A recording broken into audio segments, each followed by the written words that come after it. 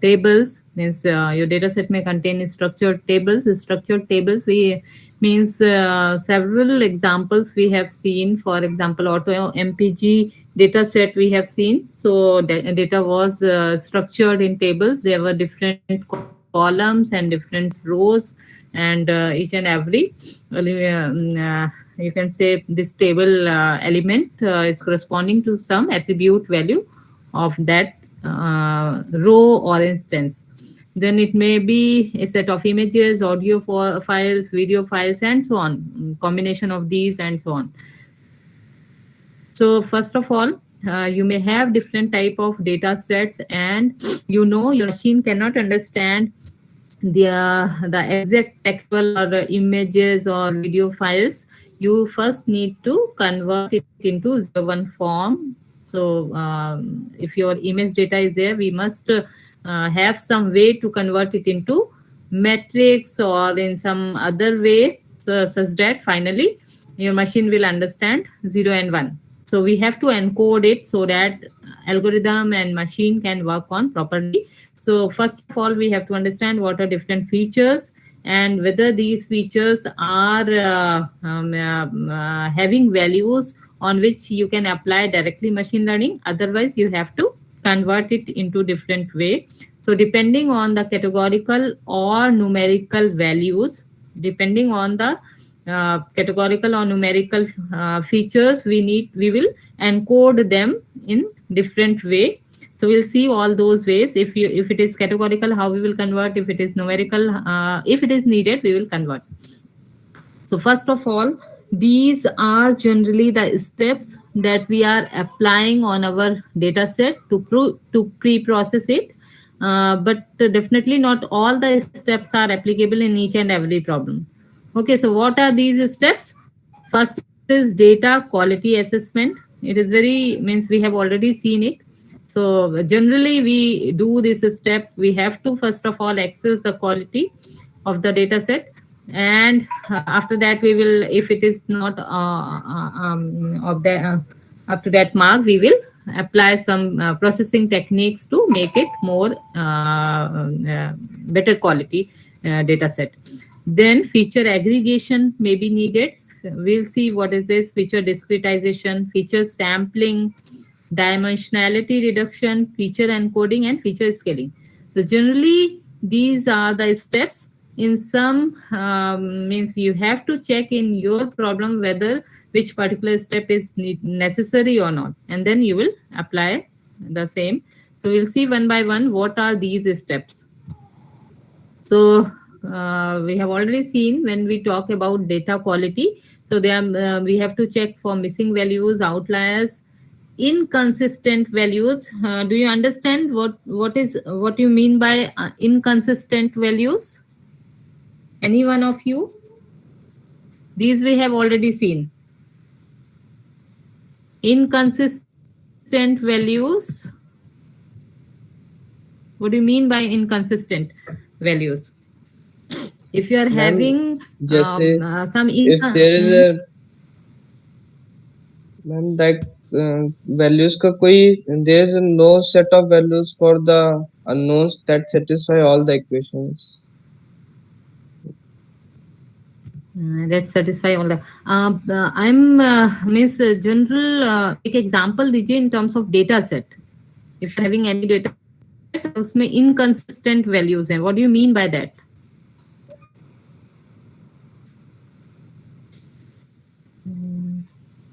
जैसे जो हम लोग स्टूडेंट डेटा की अगर बात करें, so suppose student ID, student name, student marks in different subjects, and then percentage, and the class in which he or she is studying, and so on. So all these attributes are there. If I'm saying that there is some inconsistent values in our data set, तो क्या होगा वहां, क्या मतलब क्या होने के chances हैं? Inconsistent values देखिए क्या होता है. In our data set, we are having different values for the same feature or for the same instance. मतलब क्या है कि suppose हम कह रहे हैं, हमने क्या दिया उसके एक सिंपल डेफिनेशन क्या है कि in somewhere you are having some value and for the same feature some other at some other place you are having different value for the same feature. मतलब अगर हम कहें कि फॉर स्टूडेंट एक्स उसकी percentage एक जगह 95 लिखी है और एक जगह 87 लिखी है, so this is inconsistent. Okay, you are having inconsistent values और इसीलिए यू आर नॉट श्योर कि एक्चुअल सही वैल्यू क्या है. ठीक है, डायरेक्टली ऐसा नहीं हो सकता है कि सेम वैल्यू हो. जैसे अभी हमने बोला कि you are having marks in different subjects as well as percentage. So जब आप मार्क्स किसी एक पर्टिकुलर स्टूडेंट के देख रहे हैं, so it is not matching with the when you are mapping it to percentage, तो वो मैच नहीं कर रहा है. ठीक है, आपने मार्क्स जो भी हैं उनसे अगर परसेंटेज निकालें वो कुछ और आ रही है और यहाँ जो परसेंटेज लिखी है वो कुछ और आ रही है. So this type of inconsistencies you may have in your data set. Is it clear? Now it is clear what you mean by inconsistency.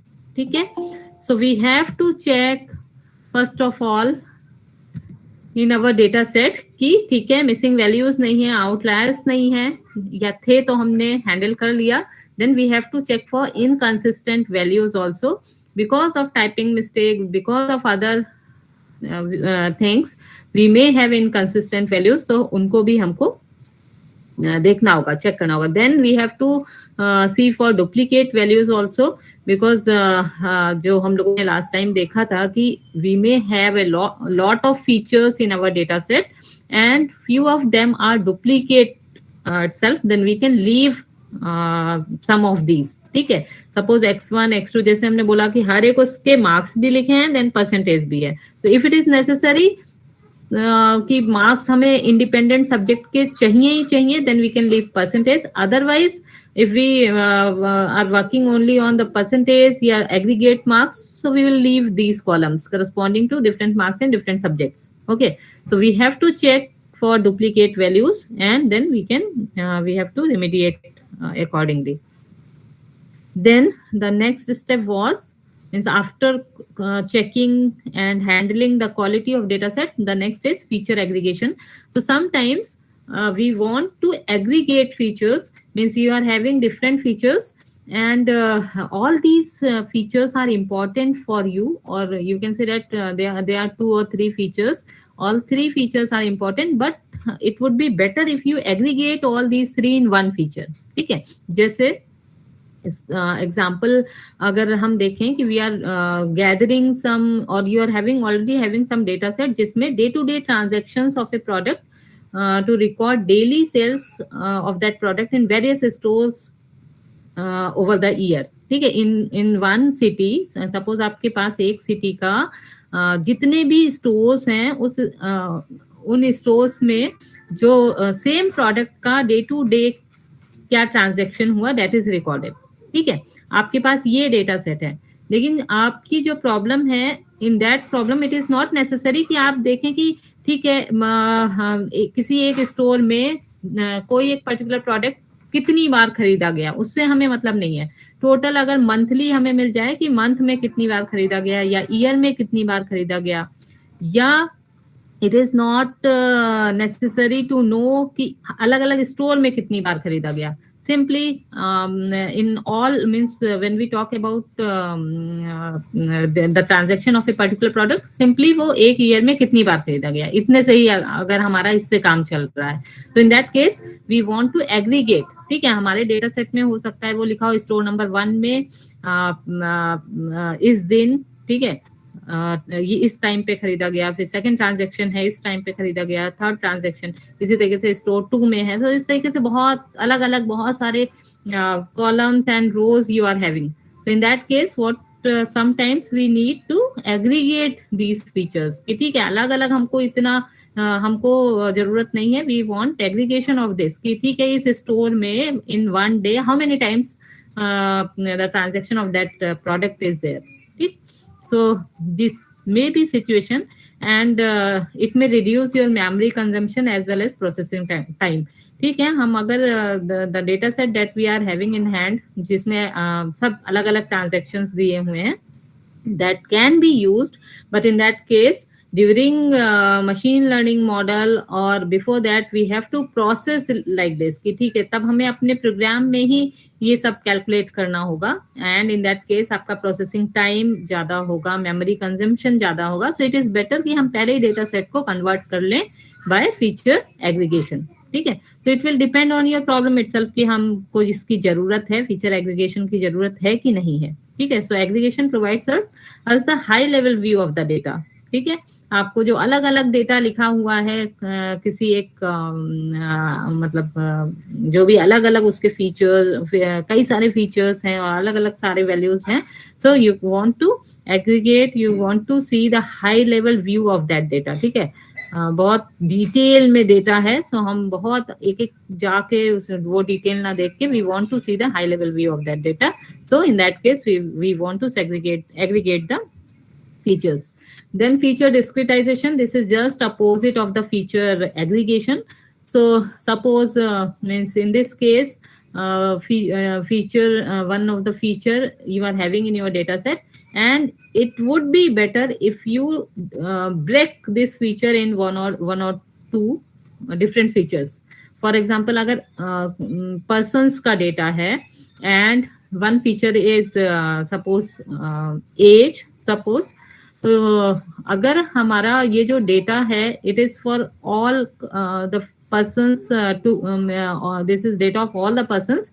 So if it is better to divide this data in 3 parts कि यू हैव कि ठीक है depending on the age हम divide कर लें कि these instances are of the young persons, then middle age persons and then senior. So rather than putting all these ages, हमने क्या किया कि 0 to 25 young write किया. ठीक है, and then middle age and then senior.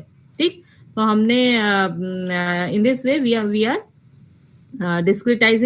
discretizing the features and it will again improve the efficiency क्योंकि आपको each and every time you are not comparing whether the age is less than suppose 30, then it is young, then we will apply this thing and so on. Simply we are seeing the age value is young, so we will do this. ठीक है, so it will again depend on your problem whether feature discretization is needed or not. ठीक, but this may be one of the step before applying machine learning model. So this is the one of the step of data pre-processing. The next is feature sampling. You may have a lot of data, a lot of historical data, and from that data you again when means depending on your problem you want to create the sample from that data so that this data is representing your problem more means in better way. ठीक है, whole data is not representing, मतलब आपके पास जो data है suppose किसी bank का data है, historical data है, तो उसमें एम्प्लॉयज का भी डेटा है, कस्टमर का भी डेटा है, कस्टमर के हर तरीके के डेटा है, कितनी उसकी एफडीज हैं, पहले कितनी क्लोज हो चुकी हैं, कितने लोन लिए हैं, कितने करंट चल रहे हैं, कितने क्लोज हो चुके हैं एंड सो ऑन. ठीक है, but what ever your problem is depending on that you need only customers data. आपको एम्प्लॉय डेटा की जरूरत ही नहीं है. कस्टमर डेटा में भी यू वांट ओनली कि some part of the information is needed. Okay, so the end which type of customers. So depending on that you will do sampling, and you know already there are different types of sampling without replacement, sampling with the replacement, and depending on your problem you will choose these. And simple random sampling if you are using, in that case there may be case of imbalanced data set. Imbalanced data set is nothing but कि आपने जब samples लिए, in that sample if we talk about classification problem, तो हो सकता है कि एक लेवल वाले इंस्टेंसेस बहुत ज्यादा हैं. Yes, if we are saying that the variable that we are going to predict consists of yes and no's, तो yes वाले बहुत सारे डेटा हैं, no वाले कम डेटा हैं. सो अब आपका जो डेटा सेट है उसमें yes के बहुत सारे इंस्टेंसेस हैं, no के कम इंस्टेंसेस हैं. So it is not good कि आप जब उस पर मशीन लर्निंग टेक्निक लगाएंगे तो कैसे होगा ये. This is imbalance data. होना क्या चाहिए, जितने भी क्लासेस हैं for all these classes number of instances nearly equal होने चाहिए. ठीक है, सो वी हैव टू make it imbalance, and imbalance data set we have to convert it into balanced data set, and in that case we can use stratified sampling. So जिसमें हम लोग क्या करते हैं, पहले से हमने अलग अलग ग्रुप्स के डेटा ले लिए, and then from each and every group we will we will take the instance. ठीक है. सो इन दिस वे आपके हर एक लेवल के नंबर ऑफ रिकॉर्ड्स इक्वल होंगे या लगभग सेम होंगे. ठीक है. So this is feature sampling. ये बहुत ज्यादा यूजफुल नहीं है. जनरली हम लोग एग्जिस्टिंग डेटा पे काम करते हैं.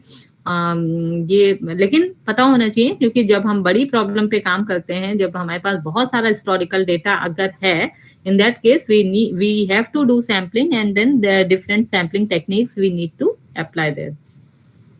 Then dimensionality reduction, जिसकी हम लोगों ने पहले भी बात की थी, and in detail we will see different techniques for doing this, for doing dimensionality reduction. But this is again this step is required before applying the machine learning model. So this is one of the step of data pre-processing. इसमें क्या है, if you are having large number of features and you need means you want to reduce these features so that you get better accuracy, you get you get less time. Means when you are running your program, when you are running your model, it is taking less time. So how we will do this? First of all, we have to check whether all these features are important or not, है ना.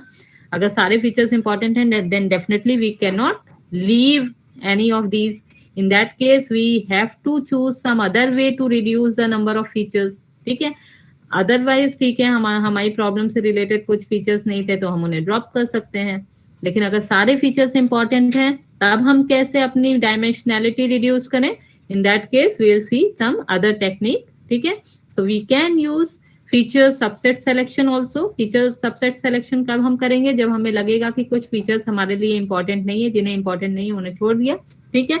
लेकिन other techniques are principal component analysis, singular value decomposition, and there are the techniques that are used when all the features are important, but we after that we want to reduce the number of features. ठीक है. Then we will do we can apply these techniques. So this is another step that is required during pre-processing. Then feature encoding. Feature encoding means you are having some feature values directly. These feature values cannot be used when you are applying machine learning. ठीक है. Means whenever means some feature values are there, it is easy to understand, interpret, all these things are okay. But when we are applying machine learning, first of all we need to encode these features. Okay. Example देखिए इसका. If it is your nominal variable, in that case how we encode it using one hot encoding. हम लोग देखेंगे कि क्या होती है one hot encoding, and how we convert nominal variable, means how we encode nominal features using one hot encoding. और ऐसा क्यों करना पड़ता है, we'll see later, है ना. पहले बस ये वाली स्लाइड देख लेते हैं, उसके बाद हम लोग देखेंगे. If it is ordinal variable, तो हम लोग कैसे करेंगे? ऑर्डिनल है. So suppose example is values are there unhappy, happy and very happy. So simply हम क्या कर सकते हैं? We can encode it by integers, और in that order we have to take. ठीक है. 1 is representing unhappy, then 2 is representing happy, 3 is representing very happy. So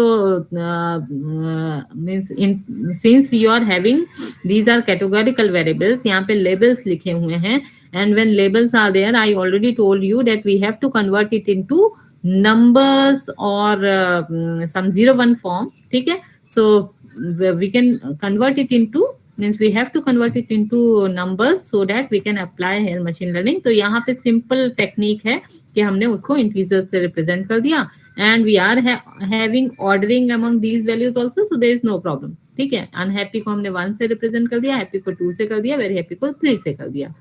ठीक है. So whenever we are having categorical variable, categorical features in our data set, we have to encode them into some numbers. अगर ये ordinal है तब तो बहुत easy है, हम उसको इस तरीके से कन्वर्ट कर देंगे। अगर ये नॉमिनल है then we will do one hot encoding, जो अभी हम लोग देखेंगे। ठीक है, देखेंगे कैसे करते हैं। Then if it is interval feature, so in that case if it is necessary, जरूरी नहीं है, उसमें हो सकता है वैल्यू जो है वो इंटीजर टाइप है या फ्लोट टाइप है, it is number, but sometimes it is we want to change it in some other form. For example, अगर फॉरेनहाइट में टेम्परेचर लिखा है, हम उसे सेल्सियस में चाहते हैं, या सेल्सियस में लिखा है उसे फॉरेनहाइट में चाहते हैं, so generally we have this type of formula, means new value will be some constant multiply by old value plus b। ठीक है, इस तरीके की इक्वेशन से हम इंटरवल वैल्यू को जनरली कन्वर्ट करते हैं। And if it is ratio, directly new value is equal to a multiplied by old value. इसमें हम लोगों ने जैसे देखा था हाइट, सो अगर हाइट है वो आपकी फीट में लिखी है, या जैसे भी आप उसको दूसरे स्केल में कन्वर्ट कर सकते हैं। ठीक है, मनी है वो एक करेंसी में लिखी है, आप उसे दूसरी करेंसी में कन्वर्ट कर सकते हैं। So depending on your features, ठीक है, वो फीचर किस तरीके का है, you may need to encode that feature into another way। ठीक है, if it is ratio so it is not necessary, लेकिन हो सकता है कि आपको कन्वर्ट करना पड़े, देन जनरली आप सीधे मल्टीप्लाई करते हैं use with some constant, and this is the encoding you can say way to encode your ratio feature, ratio type of features. ठीक है, now we will see one hot encoding कि अगर आपका nominal feature है then how we encode it. ठीक है, तो हम देखिए कैसे करते हैं। This is one of the example कि this is some you can say persons data, so productivity of that person is written. ठीक है, number of experience, year of experience, number of years of education. ठीक है, and then what is the last degree of that person। ठीक है, so we can say that कि ये सारे आपके independent variables हैं, and this is dependent variable, or you can say that this is the variable that we want to predict। ठीक है, कि ठीक है, अगर हमारे पर्सन के years of experience इतना है, number of years of education कुछ है, last degree MSc है, then what will be the productivity of that person। ठीक है, what will be the productivity of person where these values are like this। ठीक, so we can see here this is, tell me last degree किस तरीके का feature है, categorical variable है कि numeric variable है? कैटेगोरिकल है। कैटेगोरिकल में भी कौन सा है? Categorical we have seen two categories there. ऐसे नॉमिनल भी कर सकते हैं नंबर्स वो करके।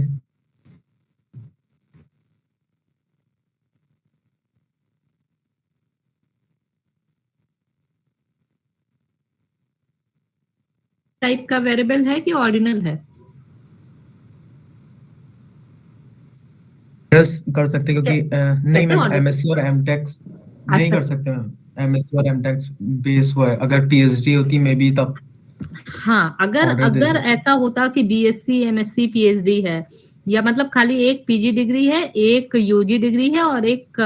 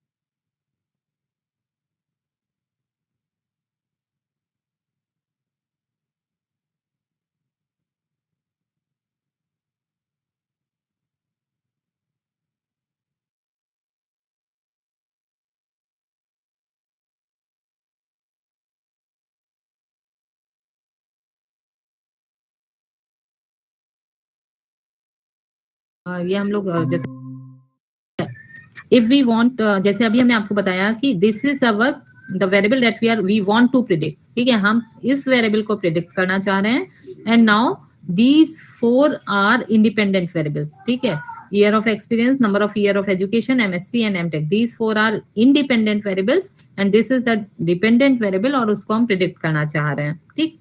तो generally what we do, अगर हमारे पास ये होता, ठीक है, जो पहले वाला था, तो हम लोग कैसे इसको रिप्रेजेंट कर सकते हैं, we can represent this relationship by this equation कि this is y is corresponding to productivity. So productivity, how we will calculate productivity can be some constant plus another constant multiplied by this years of experience plus constant multiplied by number of years of education plus constant multiplied by the last degree, ठीक है। सो अब last degree तो है नहीं, हमने one hot encoding से उसको MSc या एमटेक मतलब 2 वैल्यूज थी तो दोनों कर दिया। तो क्या होता है, हमने 2 वेरिएबल्स डाले हैं एमएससी एंड एमटेक, लेकिन जब हम अपनी इक्वेशन बनाएंगे we will add this term only for one of these columns. अगर हम दोनों कॉलम के लिए ऐड कर लेंगे then this equation will be wrong, ठीक है। So this is called as dummy variable trap, इनको हम डमी वेरिएबल्स बोलते हैं कि ये 2 हमने डमी वेरिएबल्स ऐड किए हैं इन place of this last degree, ठीक है। ये वन हॉट एनकोडिंग में हम लोगों ने किया। वन हॉट एनकोडिंग में क्या किया, we replaced this nominal feature by 2 dummy variables, ठीक है।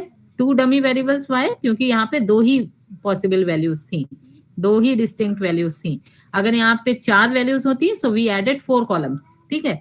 लेकिन जब हम अपना मॉडल बनाएंगे, ठीक है, we will see what is this model, ठीक है, वो सारी डिटेल्स हम लोग बाद में देखेंगे।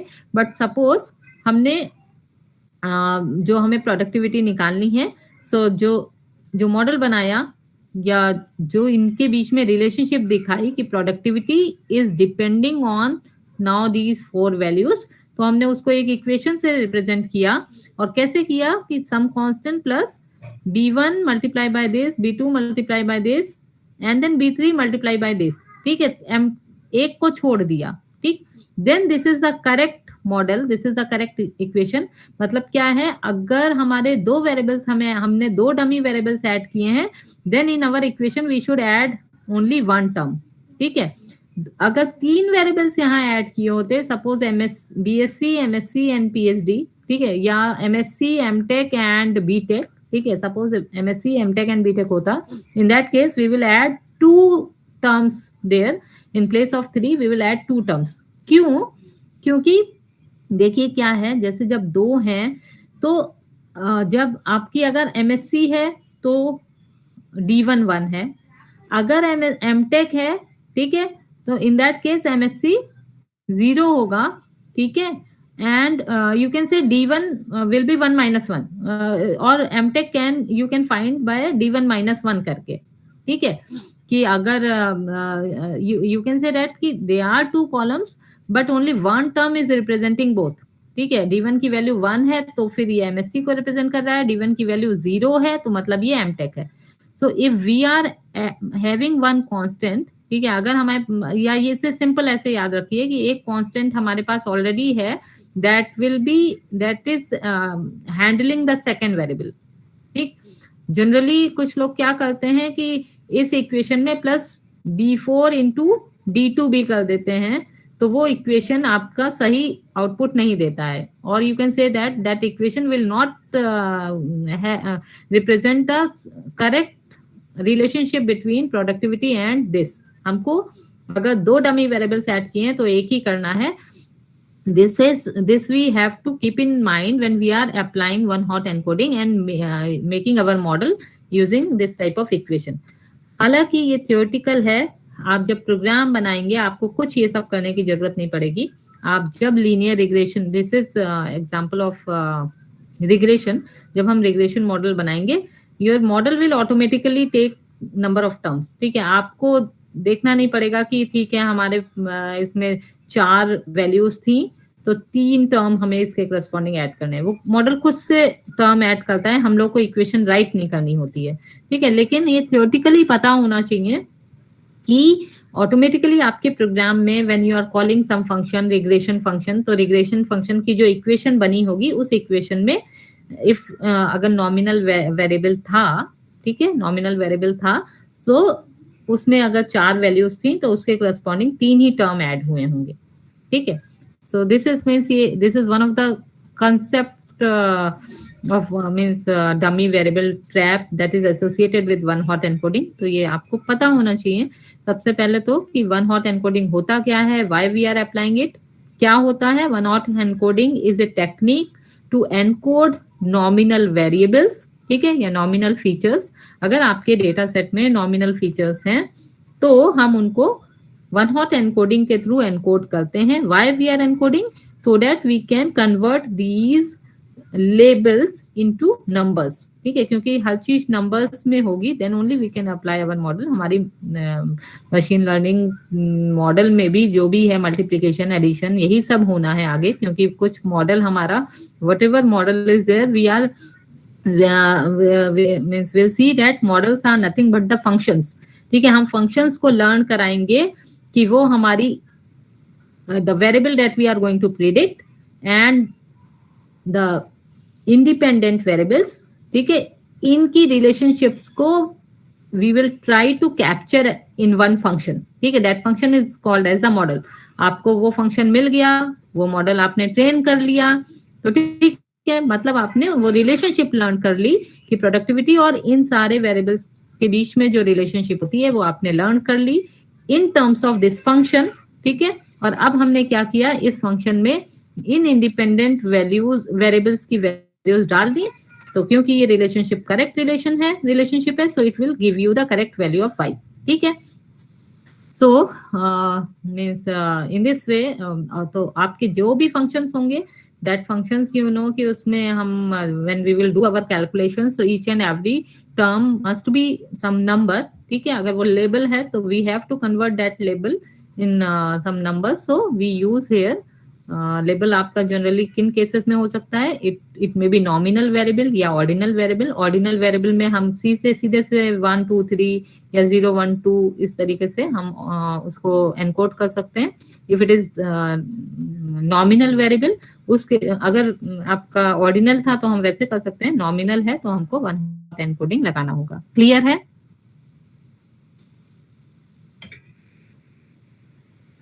Yes ma'am. गुड। एक बार फिर से देख लेते हैं।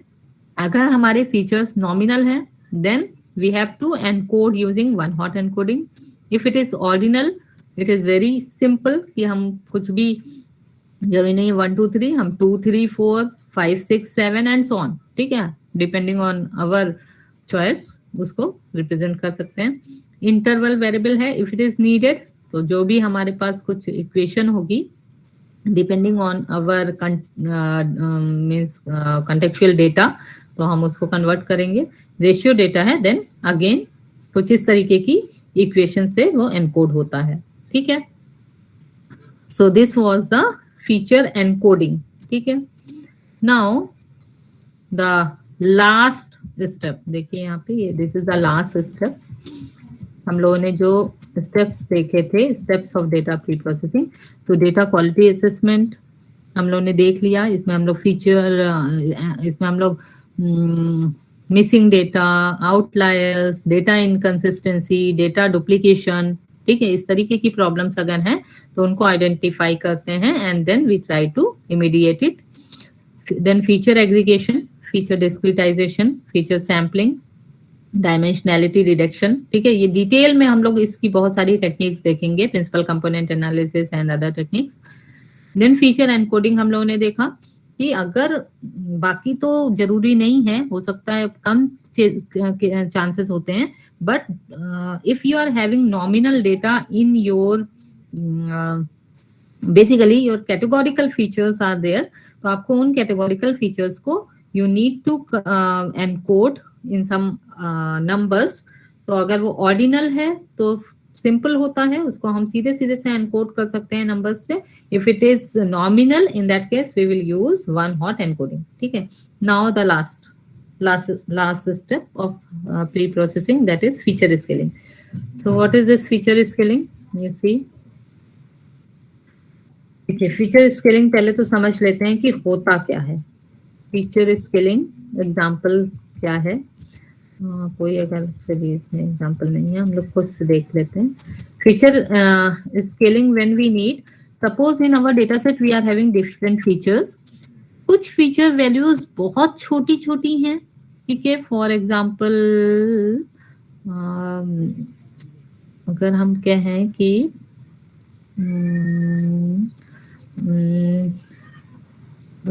अगर हम कहें कि रेटिंग्स, ठीक है, 0 to 10 के बीच में कस्टमर ने कुछ रेटिंग की हुई है. ठीक है. तो वो वैल्यू 0 to 10 के बीच में ही होंगी.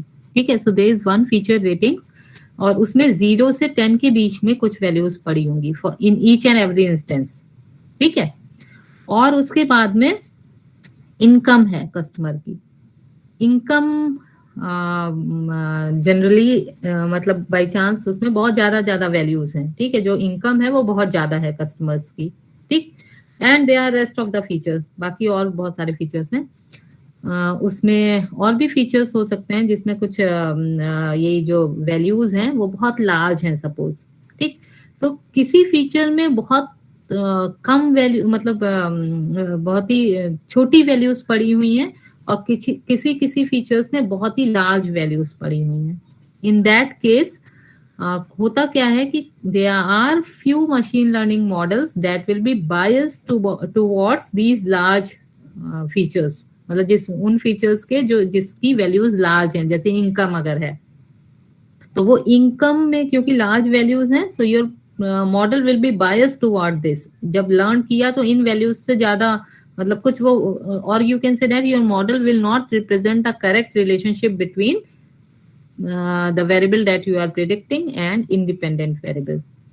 ठीक है. होना क्या चाहिए कि हर एक फीचर में वैल्यूज लगभग सिमिलर होनी चाहिए. अगर इसमें 0 to 10 है तो बाकी में भी ठीक है. 10 नहीं भी तो 1500 तक हो. बहुत ज्यादा डिफरेंस ना हो. ठीक. So if there's a difference in scale of values in different features, then we need feature scaling. And these are the two common ways to do feature scaling. One is standardization, another is normalization. मतलब क्या है कि हम क्या करेंगे कि feature में जो भी वैल्यूज पड़ी हैं those values are we are representing as x. ठीक है. x एक फीचर है उसमें बहुत सारी प्रीवियस वैल्यूज हैं.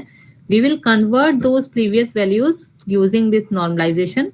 So each and every means आपने first value उठाई. So first value minus minimum of that column divided by maximum of that column minus minimum of that column. So in this way you will get the new value for the first जो first value है उस column की. ठीक है. क्योंकि हमने यहाँ भी फर्स्ट वैल्यू ली थी. फिर सेकंड वैल्यू उठाई उससे इस फॉर्मूला में रखा तो आपको नई सेकंड वैल्यू मिल गई. थर्ड वैल्यू उठाई उसको इस फॉर्मूला में रखा थर्ड वैल्यू मिल गई. सो इन दिस वे क्या होगा each and every value will be between now 0 and 1. ठीक है. आपने जितनी भी वैल्यूज थी जो अभी तक 0 और 10 के बीच में थी हमने उन्हें 0 और 1 में कन्वर्ट कर दी. इसी तरीके से जो सैलरीज थी बहुत ज्यादा वैल्यूज लिखी थी उन्हें भी हमने इन फॉर्मूला से कन्वर्ट करके 0 और 1 में कर दिया. Then it means we applied feature scaling. And which particular feature scaling? Normalization. Or it is also called as min-max scaling. हमने min-max scaling से क्या किया कि अभी हमारे एक फीचर में बहुत छोटी वैल्यूज थी एक फीचर में बहुत बड़ी वैल्यूज थी. हमने दोनों को 0 और 1 में कन्वर्ट कर दिया. दोनों इसकी भी सारी वैल्यूज अब 0 से 1 के बीच में ही है और दूसरे फीचर की भी सारी वैल्यूज 0 और 1 के बीच में ही है. Is it clear? इतना क्लियर है? Yes, ma'am. सबको क्लियर है ना? कोई डाउट है तो प्लीज आस्क.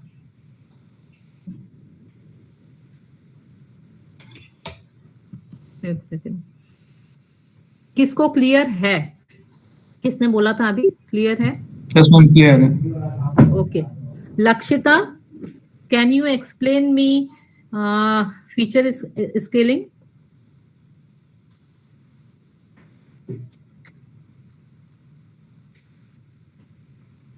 लक्षिता,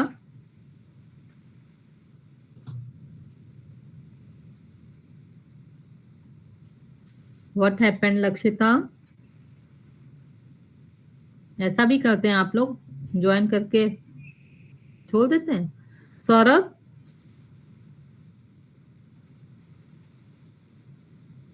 सौरभ,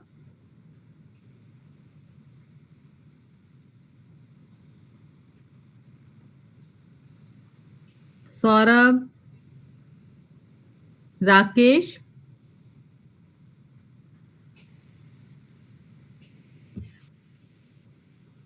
क्या हो रहा है ये? Rakesh, yes ma'am. What is feature scaling, क्या समझ में आया? मैम और एक बार बता दीजिए, मैं पूरा समझ में नहीं है।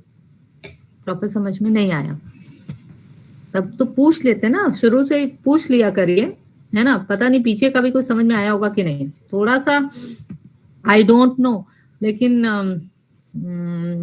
स्टूडेंट्स तो कभी नहीं बोलते हैं, लेकिन कभी कभी कुछ और लोग जो मेरा क्लास देखते हैं वो बोलते हैं कि आप थोड़ा फास्ट पढ़ाती हैं।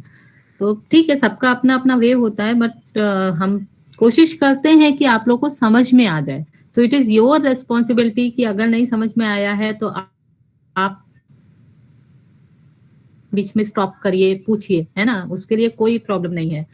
कोशिश मेरी रहती है कि हम स्लो पढ़ाएं, ढंग से पढ़ाएं, लेकिन ऐसा हो जाता है कि लोग कहते हैं कि हम फास्ट पढ़ाते हैं। तो अगर इस वजह से नहीं समझ में आ रहा है देन प्लीज आस्क, है ना? पूछ लीजिए जहाँ पे ना समझ में आए, फिर से देख लीजिए। हम लोग आज देख क्या रहे हैं? डेटा प्री प्रोसेसिंग टेक्निक्स देख रहे हैं। डेटा प्री प्रोसेसिंग टेक्निक्स क्या होती हैं? जो हम मशीन लर्निंग मॉडल अप्लाई करने से पहले अपने डेटा सेट पे लगाते हैं। मतलब अगर हम ये डेटा प्री प्रोसेसिंग नहीं करेंगे, if we directly apply machine learning techniques on our data set, we may not get a good model. Model का क्या मतलब है? देखिए, मशीन लर्निंग के थ्रू हम लोग ने स्टार्टिंग के क्लासेस में देखा कि we want to predict something, ठीक है? If it is regression problem, we want to predict some continuous variable value, ठीक है? जैसे स्टॉक मार्केट प्राइस है आपका, है ना? या आपकी बिल्डिंग्स के प्राइसेस हैं, ठीक? तो इस तरीके के अगर ये जो कंटिन्यूअस वेरिएबल्स हैं, इनकी वैल्यू को प्रेडिक्ट करना है तो हम प्रेडिक्ट कर रहे हैं इनकी वैल्यूज, है ना? या हम लेबल्स प्रेडिक्ट कर रहे हैं in case of classification problem, ठीक? तो जो भी हम प्रेडिक्ट कर रहे हैं, so that prediction, how we do this predicted value, जो वैल्यू हम प्रेडिक्ट करने जा रहे हैं, it depends on many other variables, ठीक है?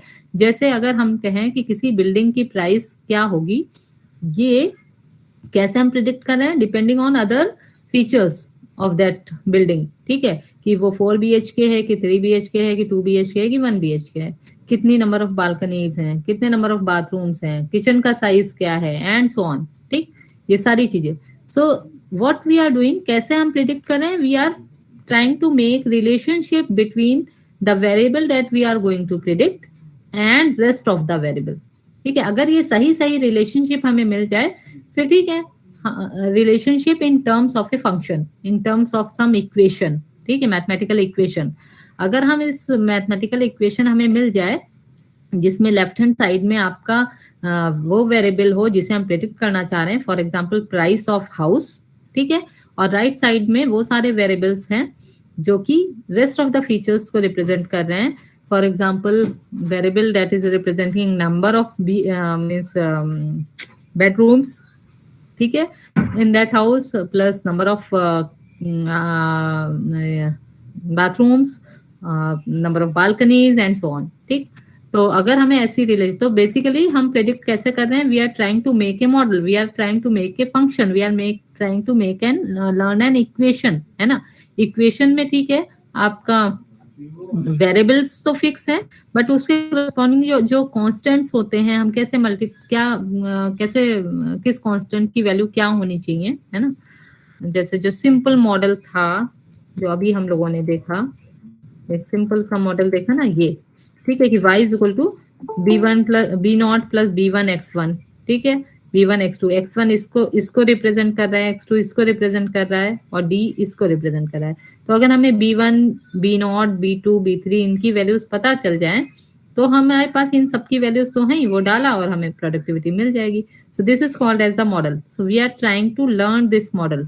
लर्न दिस मॉडल का मतलब क्या है? We are trying to learn this variables value, this constant values. ठीक है, इनकी values B0, B1, B2, B3.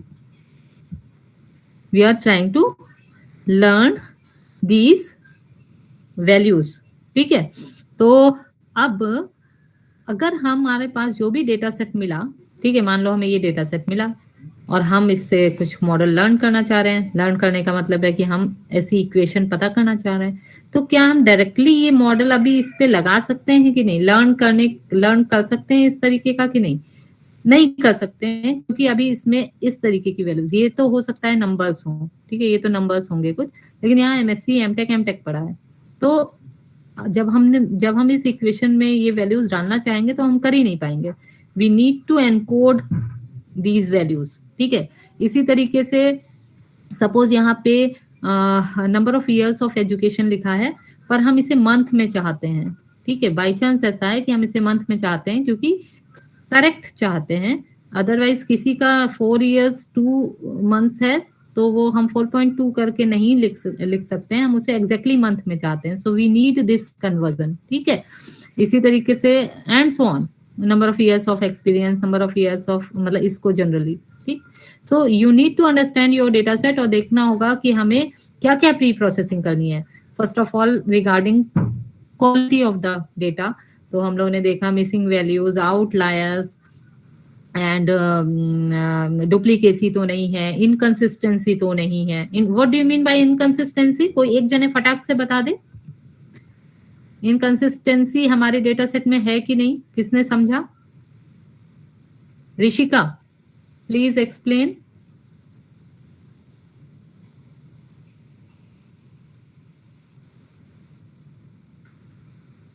Rishika, Shivangi,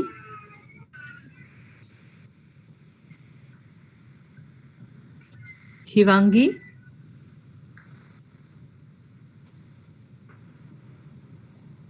this is very bad. Shivangi, are you there?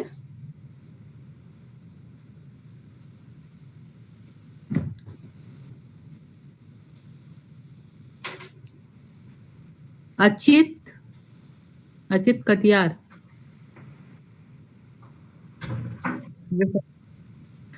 What do you mean by data inconsistency?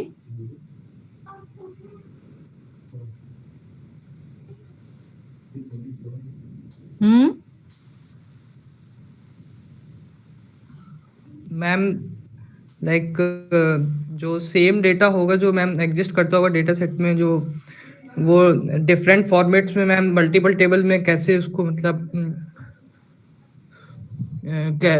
Different format multiple tables में ma'am different formats में उसको adjust करना ma'am, manage करना. तो ये कंडीशन मैम डेटा इनकंसिस्टेंसी में. Example से बताओ, ऐसे तो सही से बता नहीं पा रहे हो, एग्जाम्पल से बताओ.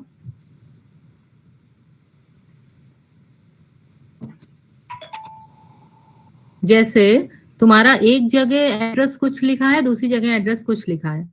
2 बार तुम्हारा डेटा सेट में बाई चांस 2 जगह एड्रेसेस हैं. ठीक है, और एक जगह एड्रेस कुछ लिखा है, दूसरी जगह कुछ लिखा है. इसको डेटा इनकंसिस्टेंसी कहते हैं. ठीक है, तो हमें चेक करना होगा कौन सा एड्रेस सही है, उसी को दोनों जगह लिखना होगा. ठीक, इफ इट इज ठीक. और अगर 2 जगह लिखा है तो फिर डुप्लीकेसी की प्रॉब्लम है ना. 2 जगह है ही क्यों, उसको हम कोशिश करेंगे कि एक ही जगह में काम चल जाए. तो इस this is means in this way we will try to remove duplicacy. ठीक, तो इनकंसिस्टेंसी का मतलब क्या है कि आप डेटा सेट को देख के समझ नहीं पा रहे हैं कि क्या सही वैल्यू है. मेरे एक जगह परसेंटेज कुछ लिखे हैं, दूसरी जगह कुछ और लिखा है, पता नहीं कौन सा सही है. So we have to find out the correct value और वही हम डाल देंगे. तो अब हमारे डेटा में कहीं भी इनकंसिस्टेंसी नहीं है. जब हम देख रहे हैं किसी सबका एड्रेस एक ही एक है, ठीक है, हमें पता है कि यही एड्रेस है सबका, वॉट एवर वैल्यू, कहीं भी इनकंसिस्टेंसी नहीं दिख रही है. अगर कहीं पे किसी की डिग्री MSc है तो उसकी हर जगह MSc ही है. कहीं ऐसा नहीं है कि कहीं पे एमटेक लिखा है, कहीं एमएससी लिखा है, अब समझ में नहीं आ रहा है कि सही क्या है। ठीक, तो इन डेटा इनकंसिस्टेंसी का ये मतलब है। तो हमको this is one of the step, ठीक है, जो हम लोगों ने देखा। आप लोग नहीं पूछ रहे हैं इसलिए हम रिवाइज कर रहे हैं, देखिए फिर से, ठीक है, इसलिए हम रिवाइज कर रहे हैं कि डेटा क्वालिटी असेसमेंट में हम ये 4 चीजें जनरली करते हैं। उसके बाद हम लोगों ने देखा था फीचर एग्रीगेशन। अब हमको बताइए, तब हम आगे बढ़ेंगे, what do you mean bye feature aggregation, क्या हमने बताया? फीचर एग्रीगेशन की जरूरत क्यों पड़ती है एंड व्हाट इज दिस?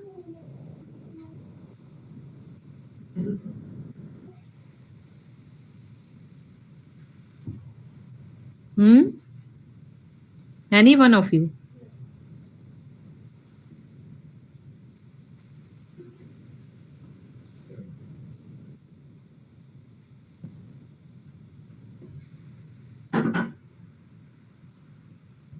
किसी को फीचर एग्रीगेशन नहीं समझ में आया?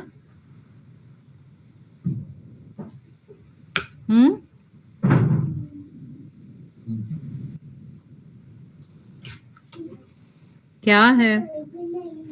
आपने उस समय पूछा भी नहीं, है ना? फीचर एग्रीगेशन क्या है? देखिए कि हो सकता है कि आपका डेटा बहुत छोटे छोटे फॉर्म में लिखा हो। छोटे छोटे फॉर्म का मतलब है it is in very detail वे, ठीक है, कि अगर हम एक एग्जांपल लें कि हमको ये देखना है कि सपोज हल्दीराम की वन पर्टिकुलर नमकीन, ठीक है, कितने स्टोर पे कितनी बार एक दिन में बिकी, ठीक, तो ये तो बहुत डिटेल हो गया ना कि हम हर एक स्टोर पे देख रहे हैं। एंड सपोज हल्दीराम की भुजिया की हम बात कर रहे हैं, ए वन पर्टिकुलर टाइप ऑफ, सो को कितनी बार एक दिन में एक एक स्टोर पे, फिर दूसरे स्टोर पे, फिर तीसरे स्टोर पे।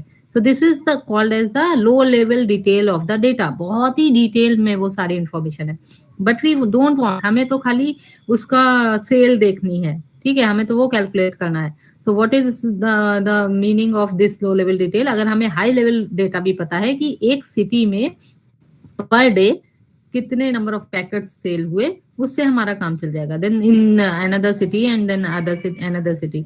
और जो भी नहीं है कि पर डे, हो सकता है अगर हमारे पास मंथली डेटा है तो भी हमारा काम चल जाएगा, ठीक है, ईयरली डेटा है तो काम चल जाएगा। So this is called as feature aggregation. Clear है आप कि आपका डेटा बहुत डिटेल्ड में था, तो उसको हमने उसको मर्ज कर करके एग्रीगेट करके we converted into another form. Clear? Clear है अब?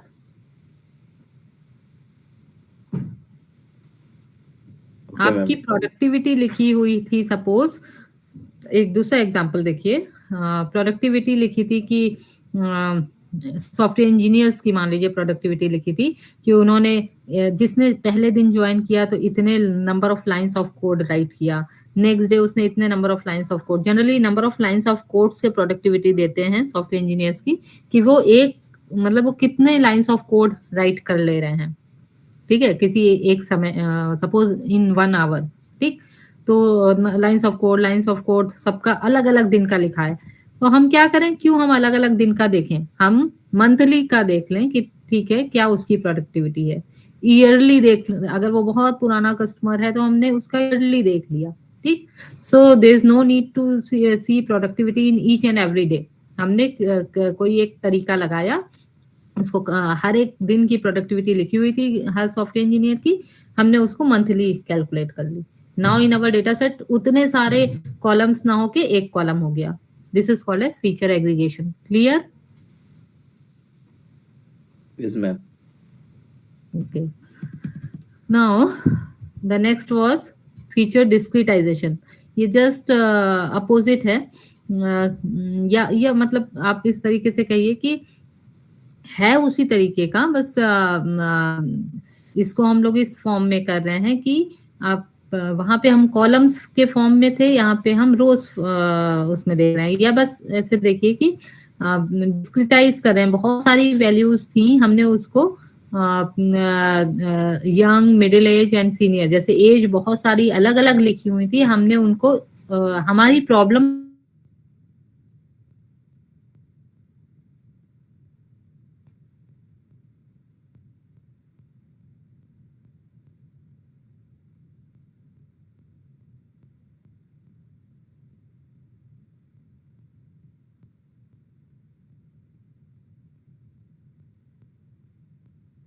ना देखें, it would be better liked by young persons और मिडिल एज पर्सन्स और सीनियर पर्सन्स, या इसी मतलब कुछ इस तरीके का हमारा डेटा था, ठीक है, कुछ इस तरीके का हमारा प्रॉब्लम थी, तो हम इट वुड बी बेटर कि हम उसको अपने इस तरीके से डेटा सेट को कन्वर्ट करें, ठीक है।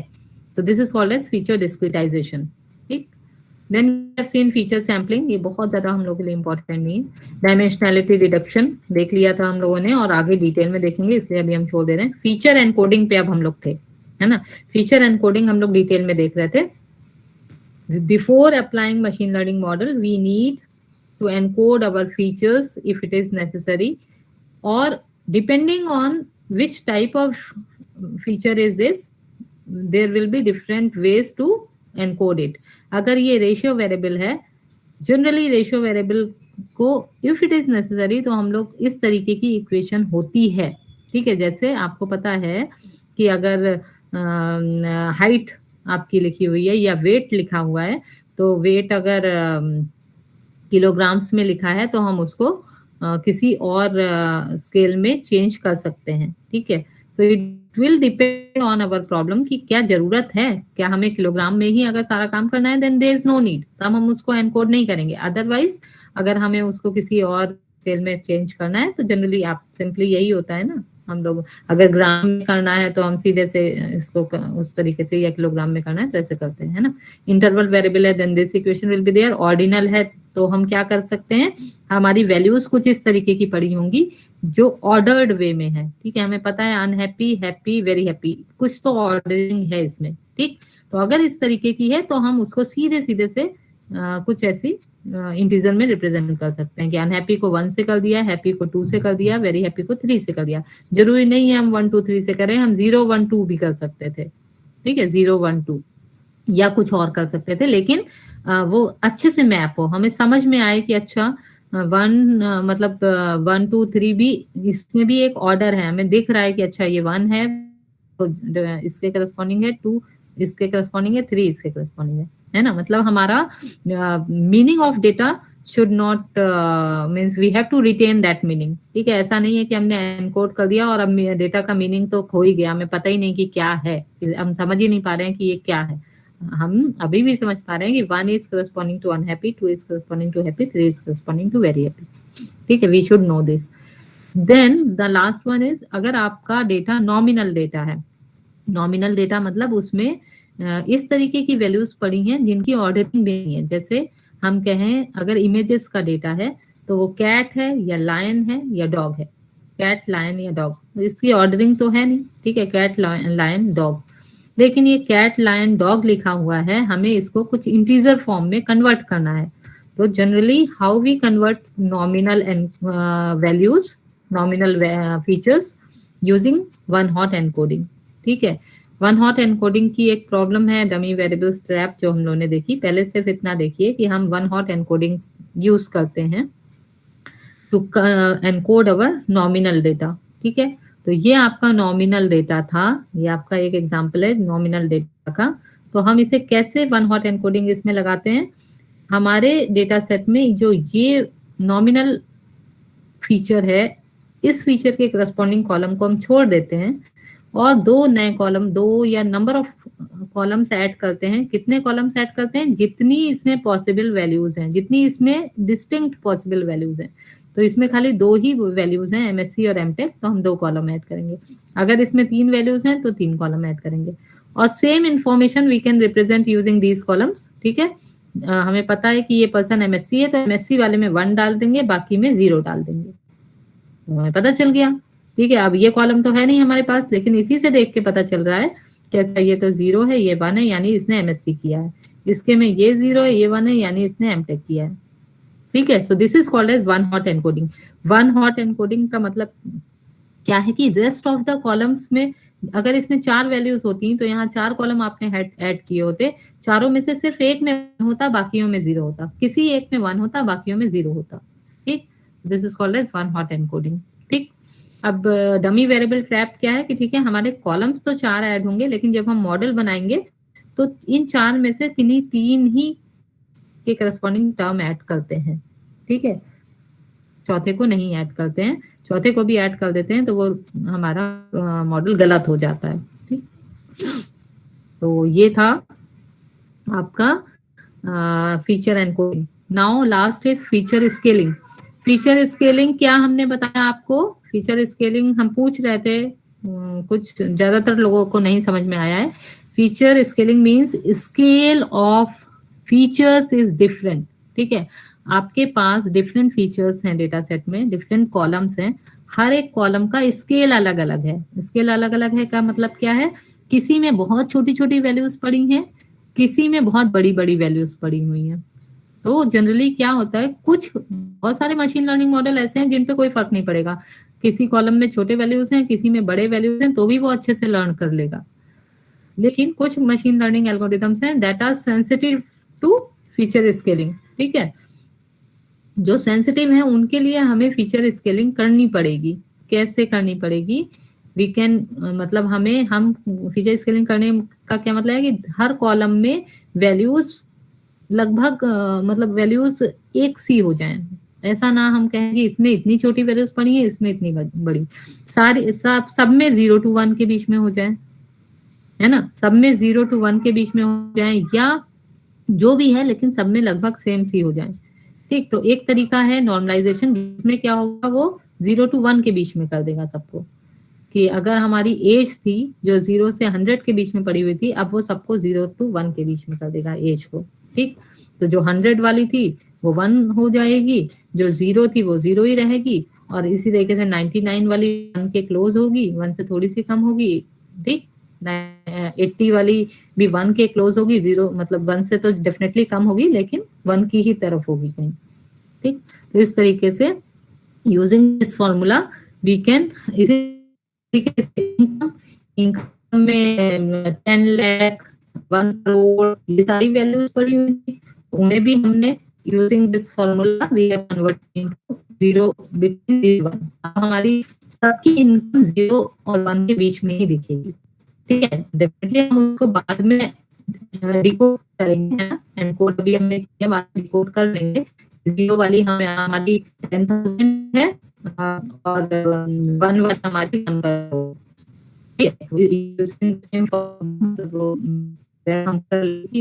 मतलब क्या है और मतलब क्या है।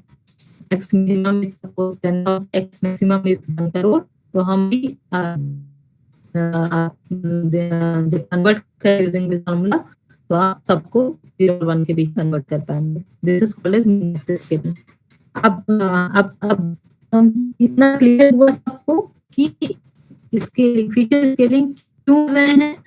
क्यों कर रहे हैं? क्योंकि कुछ मशीन लर्निंग मॉडल्स हैं वो आपकी लर्न अच्छे से नहीं करेंगी, वो अच्छे से नहीं करेंगी having different scales of data in your data set। आपके फीचर्स अलग अलग स्केल्स के डेटा के हैं। कुछ बहुत छोटी वैल्यू किसी में बहुत बड़ी वैल्यू है, जैसे किसी में इनकम है और किसी में एज है, किसी में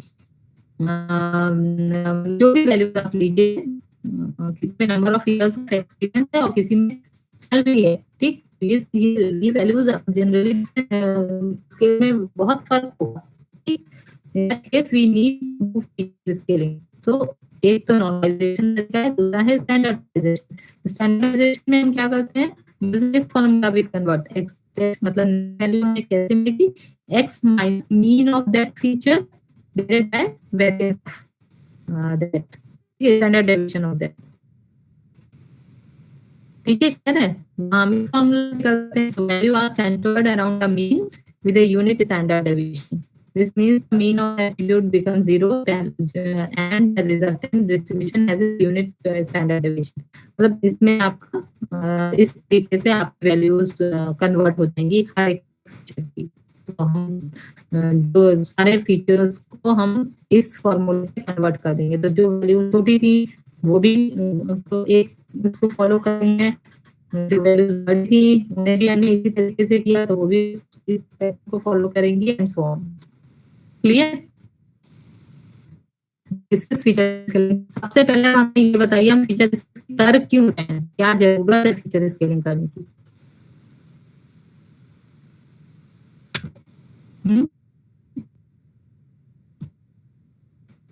अनुभव तिवारी,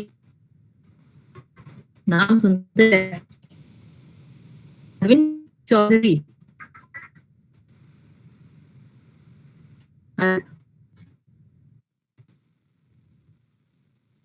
अरविंद,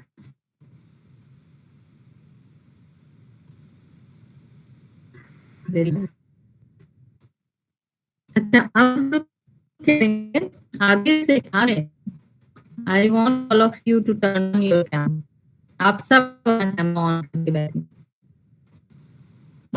चलिए, सब अपना कैमरा ऑन करिए। अरविंद, माइक अच्छा नहीं है। Shivangi, all of you please turn on your camera. देखते हैं ना कि मूवी तो देखा जाएगा, अभी तो टर्न ऑन कर दीजिए, मुझे नहीं दिख रहा है। Manmohan, ma'am basically I am joined through a PC, तो अच्छा, उसमें उसमें है ही वेबकैम नहीं। का ऑप्शन नहीं है। वेबकैम का ऑप्शन नहीं नहीं है। है लगा है। अच्छा, शिवांगी, तो कुछ लोग तो आंसर ही नहीं कर रहे हैं, so I don't know why, what is reason, फिर ज्वाइन क्यों किया है? Yes ma'am.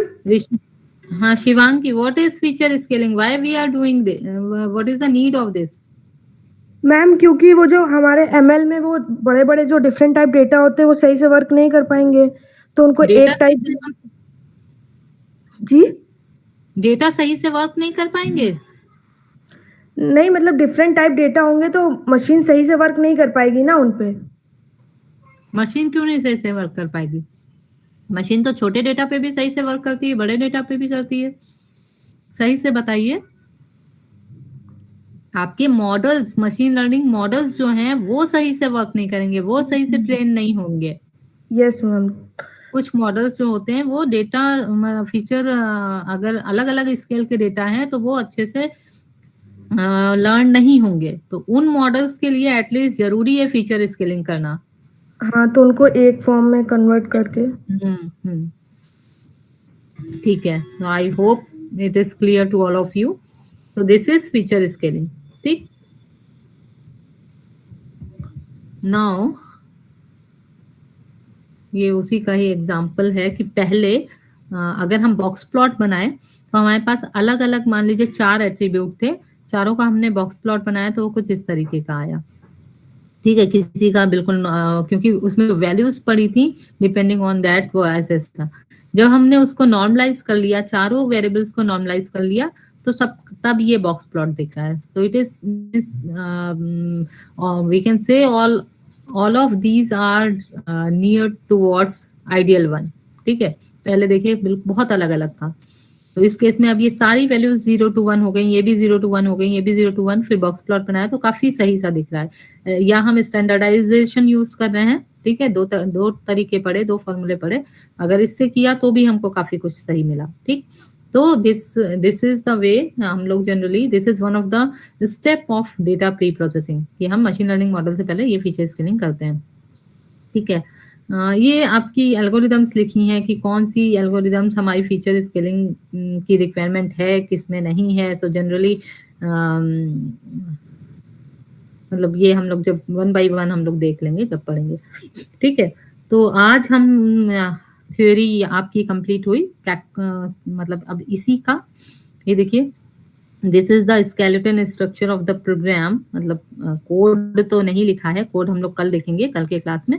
So means how we will do data preprocessing, जो हम लोगों ने स्टेप्स पढ़े थे जो बहुत इंपॉर्टेंट है। फॉर एग्जाम्पल, अगर मिसिंग वैल्यूज है, अगर आपके पास कैटेगोरिकल डेटा है, then we have to encode that. ठीक है, then we have to do feature scaling, and before that machine learning model लगाने से पहले we have to split our data set into training set and test set.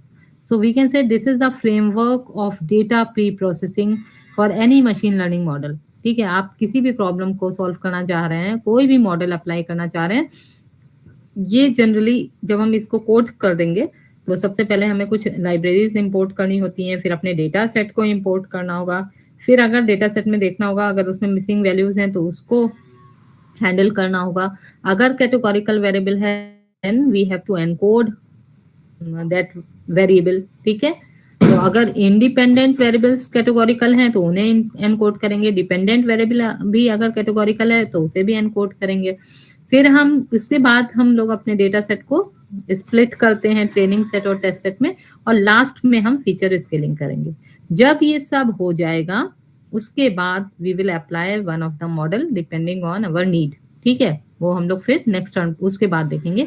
कल हम इसकी coding आपको दिखाएंगे, ठीक है, इसकी कोडिंग और फिर रन करके दिखाएंगे एक डेटा सेट लेके कि अगर मिसिंग वैल्यूज हैं तो कैसे कोड किया तो वो मिसिंग वैल्यूज हैंडल हो गई, फिर कैसे इसको, है ना। तो tomorrow we will see this. So shall I stop now? Is it clear to all of you? Yes, ma'am. Good. Yes ma'am. हम आपकी अटेंडेंस ले लेते हैं। अटेंडेंस हो गई आपकी। You can leave now. Thank you, ma'am. Ma'am Welcome. Hello ma'am. हाँ हाँ दिव्या। हाँ मैम, वो उससे रिलेटेड डिसर्टेशन से रिलेटेड बात करनी थी। हाँ बोलिए। मैम मैंने कल आपको भेजा हुआ था हाँ वो PDF।